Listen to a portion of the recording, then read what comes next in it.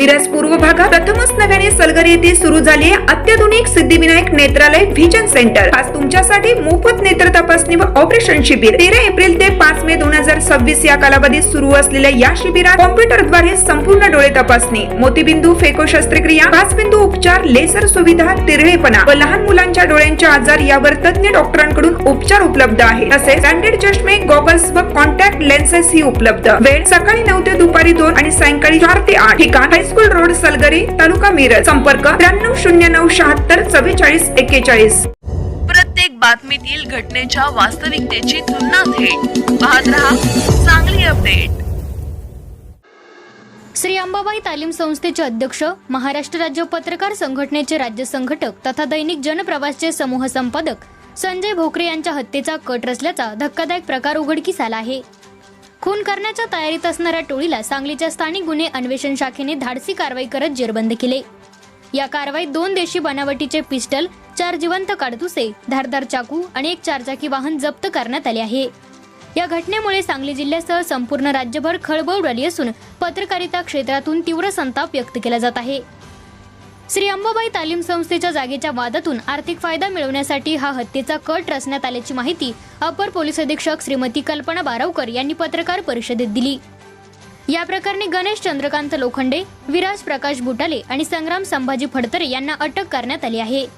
तर या कटाचा मुख्य सूत्रधार सचिन आवळे हा फरार असून पोलीस त्याचा कसून शोध घेत आहेत। या कटामागे आणखी कोणाचा सहभाग आहे का याबाबतही पोलीस सखोल तपास करत आहेत। स्थानिक गुन्हे अन्वेषण विभागाचे police head constable Sandeep Tanaji Patil यांना गोपनीय बातमीदारामार्फत या कटाची माहिती मिळाली होती। त्यानंतर पोलिसांनी तात्काळ सापळा रचून संशयित टोळीला ताब्यात घेतले। आरोपींकडून शस्त्रसाठा जप्त करण्यात आला असून मोठा अनर्थ टळल्याची भावना व्यक्त होत आहे। सांगलीचे पोलीस अधीक्षक तुषार दोशी, अपर पोलीस अधीक्षक श्रीमती कल्पना बारावकर आणि स्थानिक गुन्हे अन्वेषण विभागाचे पोलीस निरीक्षक संजीव कुमार झाडे यांच्या मार्गदर्शनाखाली ही कारवाई करण्यात आली। या मोहिमेत पोलीस उपनिरीक्षक महादेव पवार, पोलीस अंमलदार अमोल ऐदाळे, संदीप पाटील, प्रकाश पाटील, संकेत कानडे, अभिजित माळकर, रोहन घस्ते, सूरज थोरात, विनायक सनदी, चालक शिवाजी सिद्ध तसेच सायबर पोलीस ठाण्यातील सतीश आलदर, इम्रान महालकरी, कॅप्टन गुंडवाडे, विजय पाटणकर आणि अजय बेंद्रे यांनी सहभाग घेतला। दरम्यान ज्येष्ठ पत्रकार संजय भोकरे यांच्या हत्येचा कट उघड झाल्यानंतर पत्रकार संघटना आणि विविध स्तरातून पोलिसांच्या कारवाईचे स्वागत करण्यात येत असून आरोपींवर कठोर कारवाईची मागणी होत आहे। काल आपल्याकडे 10:30 वाजता 8 तारखेला सांगली शहर पोलीस स्टेशनला 200/26 हा आपण CR नोंद केलेला आहे।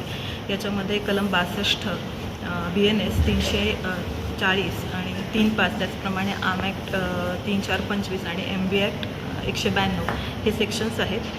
यामध्ये आपले LCBचे जे लोक होते ते पेट्रोलिंग करत असताना त्यांना गोपनीय बातमीदाराकडनं माहिती मिळाली की एक जो प्रतिष्ठित व्यक्ती आहे त्याच्या खुनाची तयारी काही लोक करत आहेत आणि एक पांढऱ्या रंगाच्या मारुती कारमध्ये हे 3 लोक बसलेले आहेत।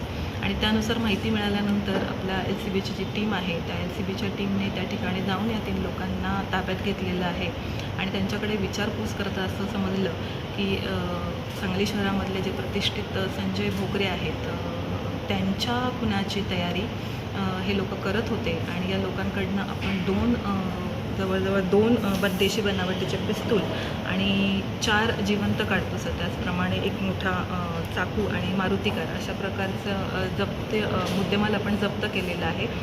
यामध्ये जे आरोपी आपल्याला मिळाले आहेत ते म्हणजे गणेश लोखंडे, विराज बुटाले, संग्राम संभाजी फडतरे आणि सचिन आवळे।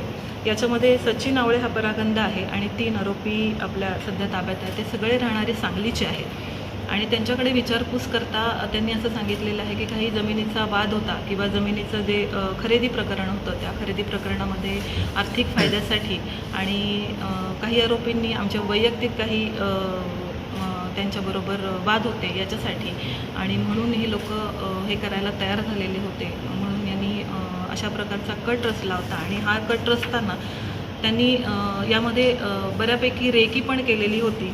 एक साधारणतः हे जे आपले संजय भोकरे जे आहेत हे दैनिक जनप्रवास या त्यांचं ते वर्तमानपत्र आहे आणि या वर्तमानपत्राचं त्यांचं जे ऑफिस आहे या ठिकाणी दर शुक्रवारी संध्याकाळी जात असतात आणि या संध्याकाळच्या जायच्या वेळेला या तिघांनी पण या प्रकरणामध्ये रेकी केलेली होती की आपल्याला साधारणतः ते येताना किंवा जाताना कशा प्रकारे जाता येईल आणि कशा प्रकारे आपल्याला यांना ठार मारण्याची जी योजना आहे ती अंमलात आणण्यात येईल म्हणून यांनी जी रेकी केलेली होती त्या दृष्टिकोनातून ते तयारीत होते की त्यांचा हा प्लॅन शुक्रवारी आपण जो करणार आहोत तो सक्सेस व्हावा.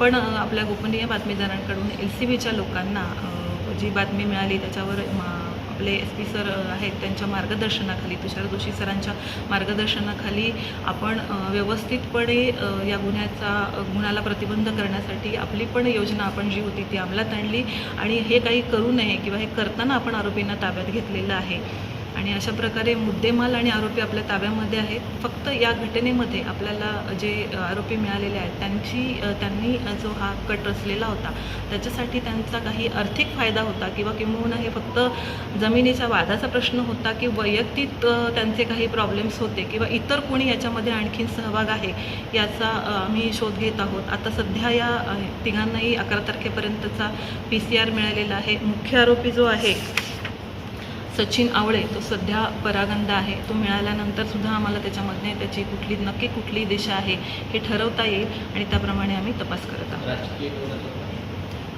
सध्या तरी आत्ता तपासामध्ये इथे कुठलीही राजकीय पार्श्वभूमी काही दिसत नाही आहे. केवळ काहीतरी जमिनीचा वाद किंवा आर्थिक फायदा एवढंच कारण दिसून येत आहे.